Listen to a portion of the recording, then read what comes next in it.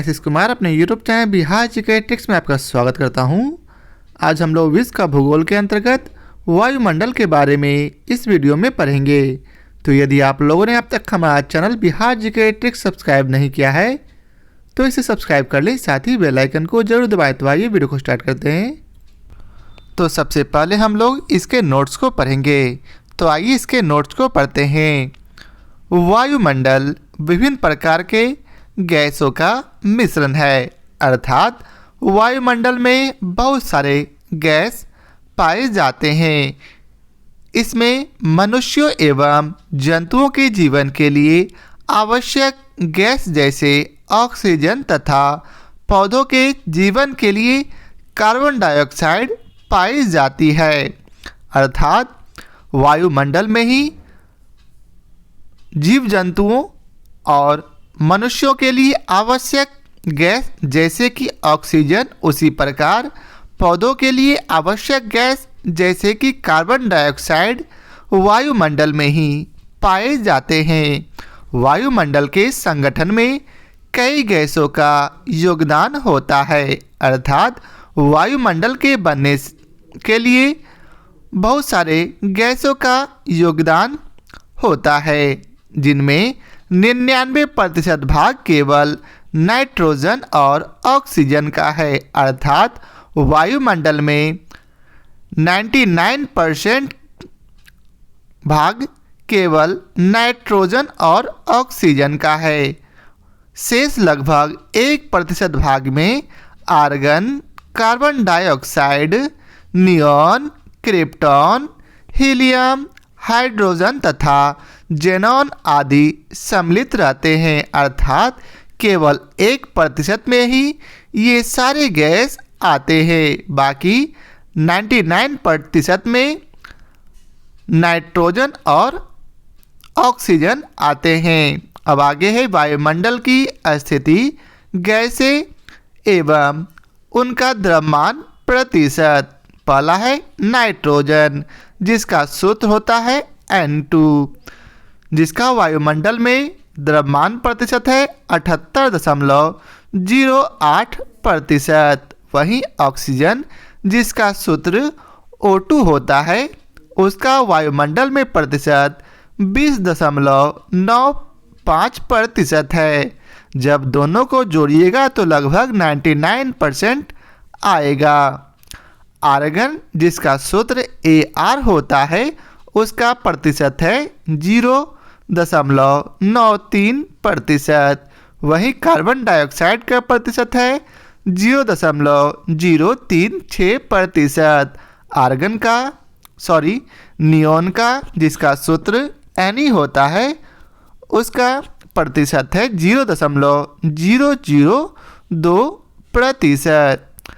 Krypton का प्रतिशत है क्रिप्टॉन का, जिसका सूत्र Kr होता है, उसका प्रतिशत है 0.001%। हीलियम, जिसका सूत्र He होता है, उसका वायुमंडल में प्रतिशतता है 0.0005%।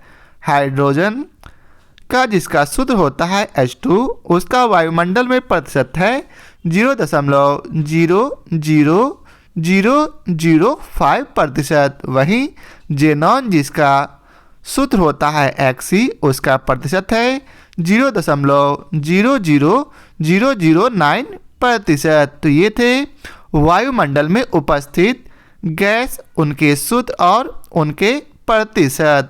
यदि आप लोग चाहें तो इसका स्क्रीनशॉट ले सकते हैं और आराम से इसे याद कर सकते हैं। अब आइए चलते आगे पढ़ते हैं। वायुमंडल में भारी गैसें निचले भाग पर तथा हल्की गैसें ऊपरी भाग पर पाई जाती है। अर्थात जो भारी गैस है वो वायुमंडल के सबसे नीचे और जो सबसे हल्की गैस है वो वायुमंडल के सबसे ऊपरी भाग पर पाई जाती है। इस प्रकार कार्बन डाइऑक्साइड धरातल से 20 किलोमीटर ऊंचाई तक, उसके बाद ऑक्सीजन तथा नाइट्रोजन 100 किलोमीटर तक, हाइड्रोजन 125 किलोमीटर तक तथा ओजोन को छोड़कर अन्य गैसें इससे अधिक ऊंचाई पर पाई जाती है, अर्थात सबसे भारी गैस कार्बन डाइऑक्साइड, उसके बाद ऑक्सीजन और नाइट्रोजन और फिर उसके बाद है हाइड्रोजन। नेक्स्ट है वायुमंडल अलग अलग घनत्व तथा तापमान वाली विभिन्न परतों का बना होता है, अर्थात वायुमंडल में भी अलग अलग घनत्व पाए जाते हैं और अलग अलग तापमान का अलग अलग परत पाए जाते हैं। तापक्रम एवं वायु दाब के आधार पर वायुमंडलीय परतों का धरातल से ऊपर की ओर विभाजित क्रम इस प्रकार है, जिसे आप यहाँ देख सकते हैं। सबसे नीचे क्षोभ मंडल, उसके बाद समताप मंडल, फिर ऊपर जाइएगा मध्य मंडल, फिर मेसोपॉज और लास्ट में सबसे ऊपर ताप मंडल। अब आइए चलते हैं, इसे बारी बारी से समझते हैं। तो पहला है परिवर्तन मंडल या फिर क्षोभ मंडल। पहला क्या है? परिवर्तन मंडल या फिर क्षोभ मंडल। वायुमंडल के सबसे निचली परत को क्षोभ मंडल कहा जाता है। वायुमंडल का सबसे निचला परत क्या कहलाता? क्षोभ मंडल। इस परत पर ट्रोपोस्फीयर के रूप में नामकरण टिजरेंज डी बोट ने किया था। इस परत पर ट्रोपोस्फीयर का नामकरण किसने किया? तो टिजरेंज डी बोट ने। आगे है मौसम की प्रायः सभी घटनाएं जिसमें बादल, ओला, कुहरा, तुषार, मेघ गर्जन, आंधी तूफान, विद्युत प्रकाश आदि सम्मिलित है, क्षोभ मंडल में घटित होते हैं। अर्थात मौसम की जितने भी क्रियाकलाप है, जैसे कि वर्षा होना, ओलावृष्टि होना, कुहासा, मेघ गर्जन, आंधी तूफान, बिजली चमकना, ये सभी जो है विद्युत प्रकाश, ये सभी जो है किसमें घटित होता? तो क्षोभ मंडल में। क्षोभ मंडल की सर्वाधिक महत्वपूर्ण विशेषता यह है कि इसमें बढ़ती ऊंचाई के साथ प्रति 1000 मीटर अर्थात 1 किलोमीटर पर 6.5 डिग्री सेल्सियस की दर से तापमान की कमी होती है। अर्थात जैसे जैसे क्षोभ मंडल में प्रति 1 किलोमीटर ऊपर जाते जाइएगा, वैसे वैसे प्रति 1 किलोमीटर पर 6.5 डिग्री सेल्सियस की ताप की कमी आएगी। अर्थात मान लेते हैं यदि आप नीचे 100 डिग्री सेल्सियस है, तो ऊपर जैसे ही ऊपर 1 किलोमीटर जाइएगा तो वहाँ का तापमान 6.5 से कम हो जाएगा। अब आगे है तापमान की गिरावट की इस दर को तापमान का सामान्य पतन दर, पतन मतलब गिरना होता है, तो सामान्य पतन दर कहते हैं। तो याद रखेंगे कि तापमान का सामान्य पतन दर किसे कहते हैं? तो जैसे ही क्षोभ मंडल में हम ऊपर की ओर बढ़ते जाएंगे और प्रति 1000 मीटर पर 6.5 डिग्री सेल्सियस की ताप में कमी होगी, उसे हम लोग सामान्य पतन दर अर्थात नॉर्मल लैप्स रेट कहते हैं। आगे है ग्रीष्मकाल में क्षोभ मंडल की ऊंचाई बढ़ जाती है। ग्रीष्म अर्थात गर्मियों के दिनों में क्षोभ मंडल की ऊंचाई बढ़ जाती है, जबकि शीतकाल अर्थात जाड़े के दिनों में इसकी ऊंचाई घट जाती है। तो याद रखेंगे किस मंडल की ऊंचाई गर्मियों के दिन में बढ़ जाती और जाड़े के दिनों में घट जाती है? तो क्षोभ मंडल की। क्षोभ मंडल की ऊंचाई ध्रुवों पर कम होती है, जबकि विषुवत रेखा पर अधिक होती है। तो यह भी काफ़ी इम्पोर्टेंट प्रश्न है कि क्षोभ मंडल की ऊंचाई ध्रुवों पर अधिक होगी, कम होगी?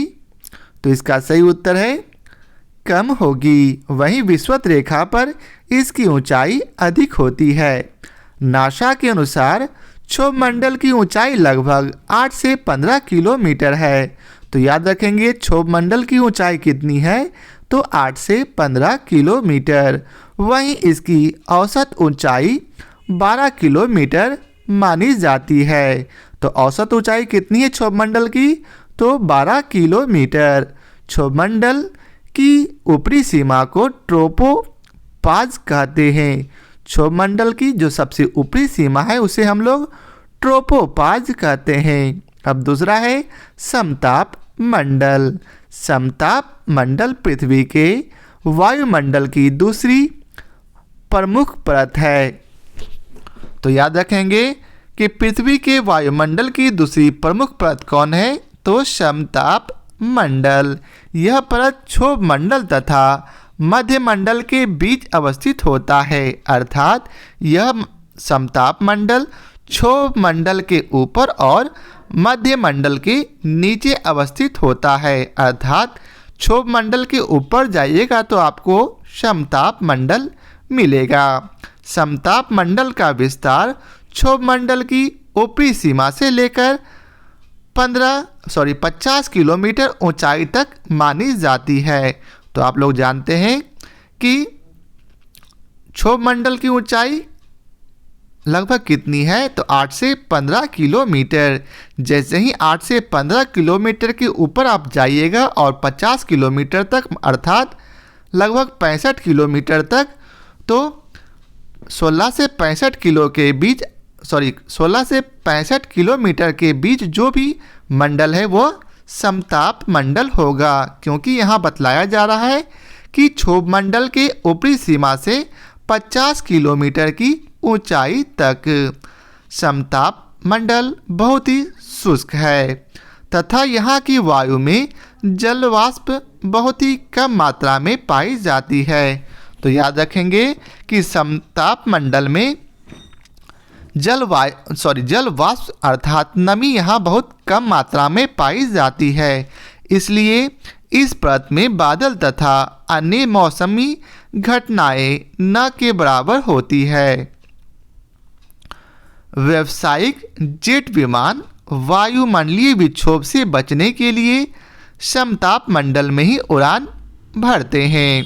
अतः ये जो हवाई जहाज़ है, जेट विमान है, ये सभी जो है समताप मंडल में ही उड़ान भरते हैं, क्योंकि यहाँ कोई भी वायुमंडलीय विक्षोभ अर्थात वायुमंडलीय घटना नहीं घटती है। नेक्स्ट है ओजोन परत। ओजोन परत समताप मंडल के निचले भाग में 15 से 35 किलोमीटर की ऊंचाई पर पाई जाती है। ओजोन परत समताप मंडल के निचले भाग में 15 से 35 किलोमीटर की ऊंचाई पर पाई जाती है, अर्थात सबसे नीचे क्षोभ मंडल, उसके ऊपर जाइएगा तो आपको 15 से 35 किलोमीटर के बीच जो कि समताप मंडल का भाग है, वही 15 से 35 किलोमीटर के बीच आपको ओजोन परत विद्यमान होगा। आगे है इस परत की अधिकतम ऊंचाई 55 किलोमीटर तक पाई जाती है। किस परत की, तो ओजोन परत की, परंतु ओजोन का परत के रूप में सकेंद्रन लगभग 15 से 35 किलोमीटर तक ही है। यह परत मानव जीवन के लिए अत्यधिक आवश्यक होती है। ओजोन परत सूर्य से आने वाली परावैंगनिक विकिरण का अवशोषण कर पृथ्वी पर आने से रोक देती है। तो ओजोन परत का क्या काम है, तो सूर्य से आने वाली परावैंगनिक विकिरण जो कि हमारे लिए हानिकारक होता है, इसका अवशोषण कर लेती है और पृथ्वी पर आने से रोकती है।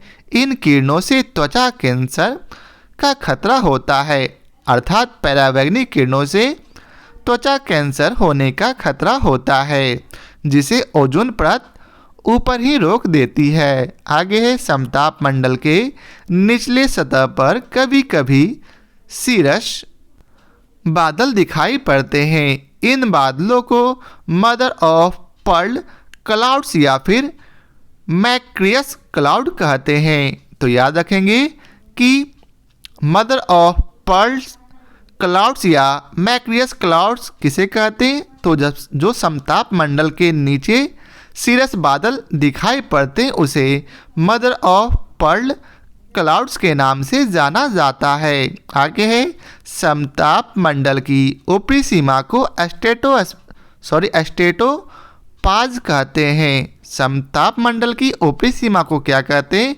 तो एस्ट्रेटोपाज। आगे है वायुमंडल की संरचना आपको नीचे दिया गया है एक ग्राफ के माध्यम से। आप लोग चाहें तो इसका स्क्रीनशॉट ले लें, जिसे अभी हम लोगों ने समझा कि क्षोभ मंडल नीचे से 15 किलोमीटर, ऊपर तक 15 से ऊपर 50 किलोमीटर तक समताप मंडल, फिर 50 से 80 किलोमीटर तक मध्य मंडल, 80 से 640 किलोमीटर तक आयन मंडल और फिर उसके ऊपर वायुमंडल होता है। अब आइए चलते हैं आगे तीसरा मध्य मंडल के बारे में जानते हैं।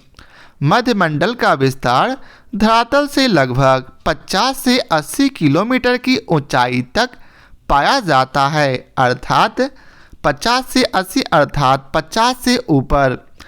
हम लोग जानते हैं कि 15 से ऊपर और 50 के बीच क्षोभ मंडल है, अर्थात क्षोभ मंडल के ऊपर 50 से 80 किलोमीटर की ऊंचाई तक मध्य मंडल पाया जाता है। इस मंडल में नेक्टिलुसेंट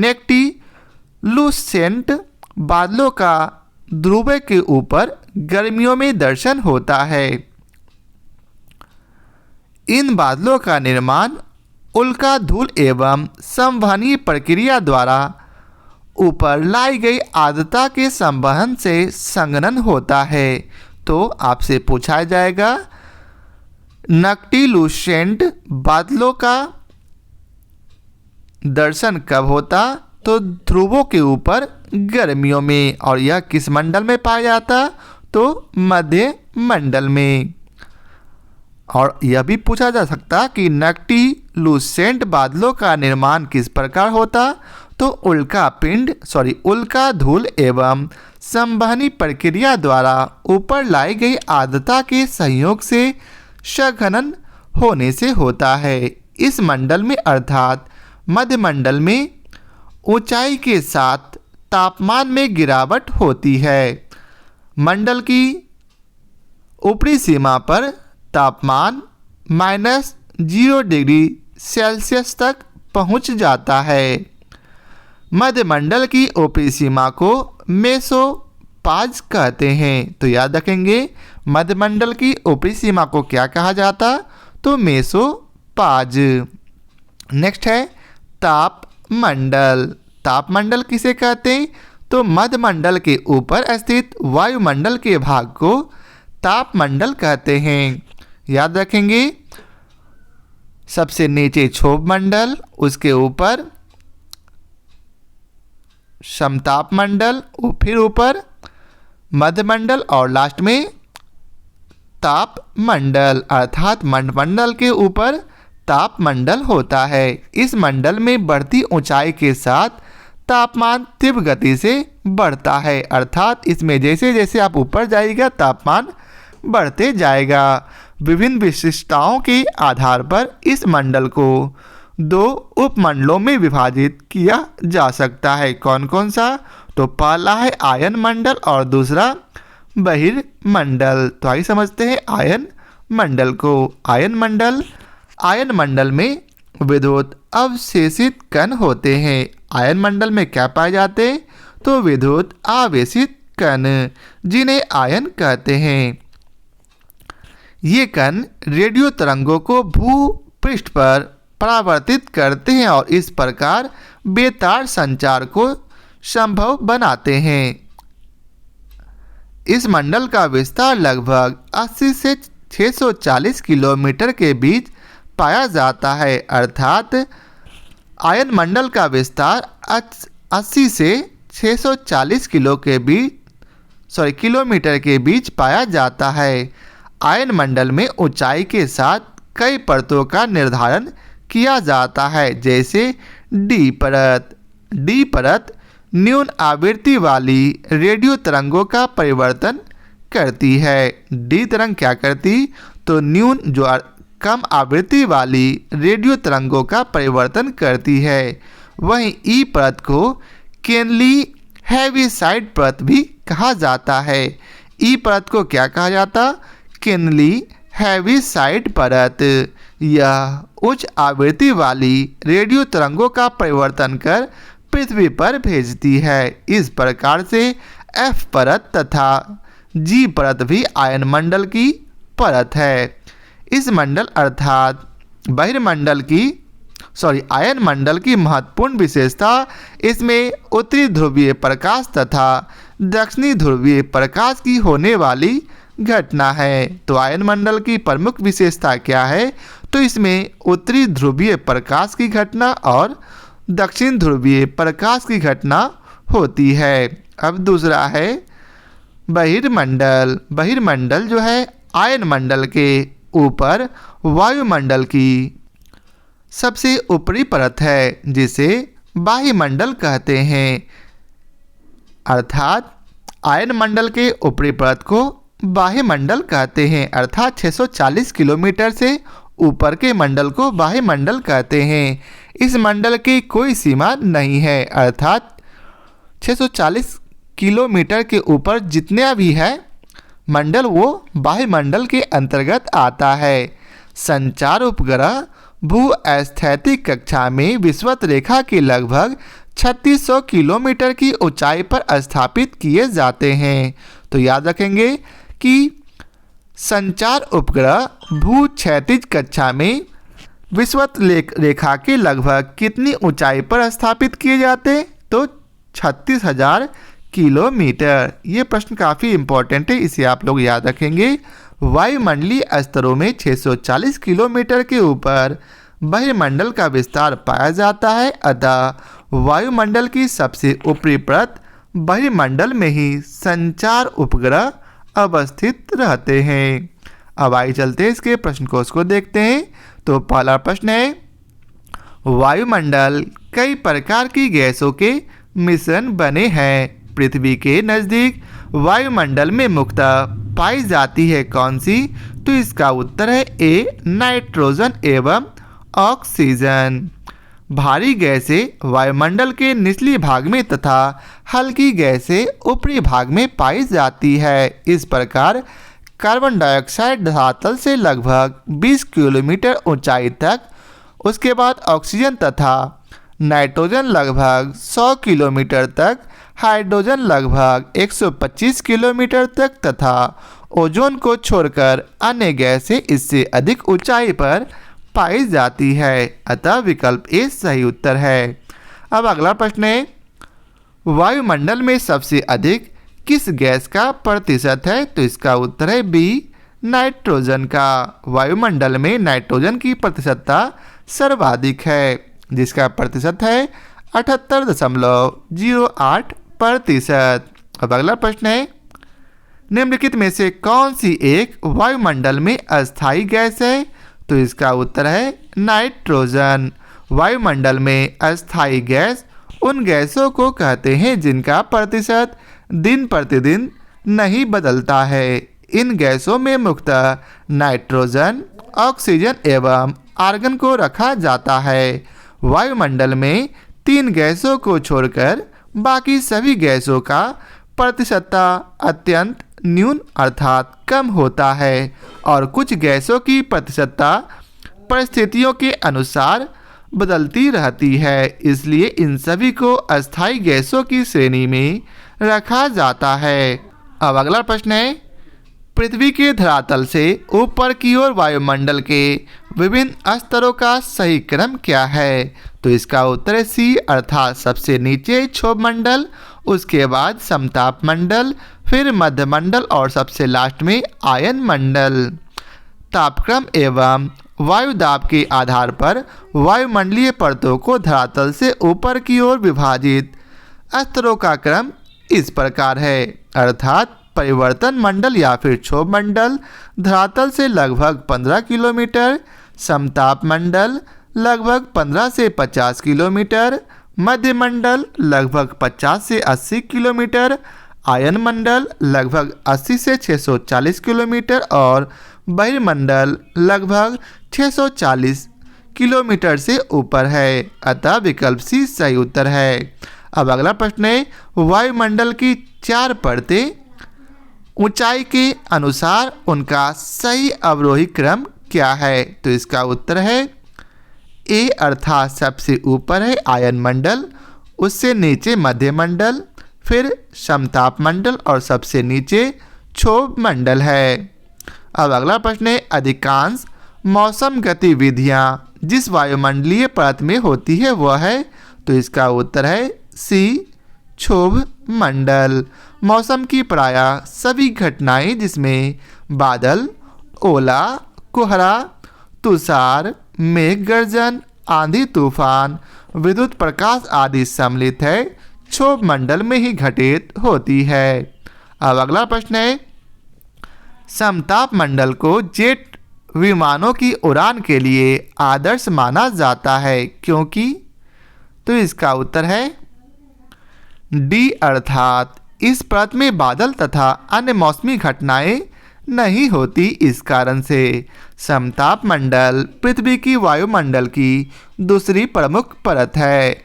यह परत क्षोभ मंडल तथा मध्यमंडल के बीच अवस्थित है। समताप मंडल बहुत ही शुष्क है तथा यहाँ की वायु में जलवाष्प बहुत ही कम मात्रा में पाई जाती है, इसलिए इस परत में बादल तथा अन्य मौसमी घटनाएं न के बराबर होती है। व्यावसायिक जेट विमान वायुमंडलीय विक्षोभ से बचने के लिए समताप मंडल में ही उड़ान भरते हैं। अब अगला प्रश्न है, ओजोन परत अवस्थित है किसमें? तो समताप मंडल में। ओजोन परत समताप मंडल के निचले भाग में लगभग 15 से 35 किलोमीटर की ऊंचाई पर पाई जाती है। इस परत की अधिकतम ऊंचाई 55 किलोमीटर तक पाई जाती है, परंतु ओजोन का परत के रूप में संकेंद्रण लगभग 15 से 35 किलोमीटर तक ही है। अब अगला प्रश्न है, सूरज से निकले विनाशकारी रेडिएशन से निम्न में से कौन जीवन सुरक्षा करता है? तो इसका उत्तर है सी ओजोन की परत। ओजोन परत सूर्य से निकलने वाली विनाशकारी रेडिएशन से पृथ्वी पर जीवन की सुरक्षा करती है। यह भूतल पर पराबैंगनी विकिरणों को रोककर पृथ्वी को पराबैंगनी किरणों के दुष्प्रभाव से बचाता है। यह पृथ्वी के वायुमंडल के समताप मंडल में धरातल से 15 से 35 किलोमीटर की ऊंचाई पर अधिकांशतः पाई जाती है। ओजोन ऑक्सीजन के 3 परमाणुओं से युक्त अर्थात इसका सूत्र ओजोन का सूत्र O3 होता है। इसका रंग नीला होता है। अब अगला प्रश्न है, समताप मंडल में ओजोन परत का कार्य क्या है? तो इसका उत्तर डी भूतल पर पराबैंगनी विकिरण पाथ को थामना। अब आइए चलते हैं अगले प्रश्न पर। अगला प्रश्न है, ओजोन परत बताती है? तो इसका उत्तर है पृथ्वी की सतह से 15 से 20 किलोमीटर ऊपर वायुमंडल की परत को। अब अगला प्रश्न है, रेडियो तरंगों के विक्षेपण के लिए वायुमंडल के निम्नलिखित स्तरों में से कौन सा स्तर उत्तरदायी है? तो इसका उत्तर है आयन मंडल अर्थात आयोनोस्फीयर। रेडियो तरंगों का विक्षेपण या परावर्तन आयन मंडल से होता है। इस मंडल में घटित होने वाली अन्य प्रमुख घटनाएं इस प्रकार है। ब्रह्मांड किरणों का परिलक्षण उत्तरी ध्रुवीय प्रकाश तथा दक्षिणी ध्रुवीय प्रकाश के दर्शन होते हैं। अब अगला प्रश्न है, उत्तरी ध्रुवीय प्रकाश के लिए वायुमंडल की कौन सी परत जिम्मेवार है? तो इसका उत्तर है सी आयन मंडल। अगला प्रश्न है, बेतार संचार पृथ्वी की सतह को निम्नांकित द्वारा परावर्तित किया जाता है? तो इसका उत्तर है आयन मंडल से। आयन मंडल में विद्युत आवेशित कण होते हैं जिन्हें आयन कहते हैं। ये कण रेडियो तरंगों को भूपृष्ठ पर परावर्तित करते हैं और इस प्रकार बेतार संचार को संभव बनाते हैं। अब अगला प्रश्न है, वायुमंडल की कौन सी परत दूरसंचार प्रणाली के लिए प्रयोग होती है? तो इसका उत्तर है डी, आयन मंडल। अब अगला प्रश्न है, संचार उपग्रह वायुमंडल के किस स्तर में अवस्थित किए जाते हैं? तो इसका उत्तर है बाह्य मंडल में। संचार उपग्रह भूस्थैतिक कक्षा में विषुवत रेखा से लगभग 36,000 किलोमीटर की ऊंचाई पर स्थापित किए जाते हैं। वायुमंडलीय स्तरों में लगभग 640 किलोमीटर के ऊपर बहिर्मंडल का विस्तार पाया जाता है। अतः वायुमंडल की सबसे ऊपरी परत बहिर्मंडल में ही संचार उपग्रह अवस्थित रहते हैं। अब अगला प्रश्न है, निम्नलिखित में से कौन से वायुमंडल के स्तरों एवं उनके अभिलक्षणों के सुमेलन में नहीं है? तो इसका उत्तर है सी, अर्थात 1, 2 और 3।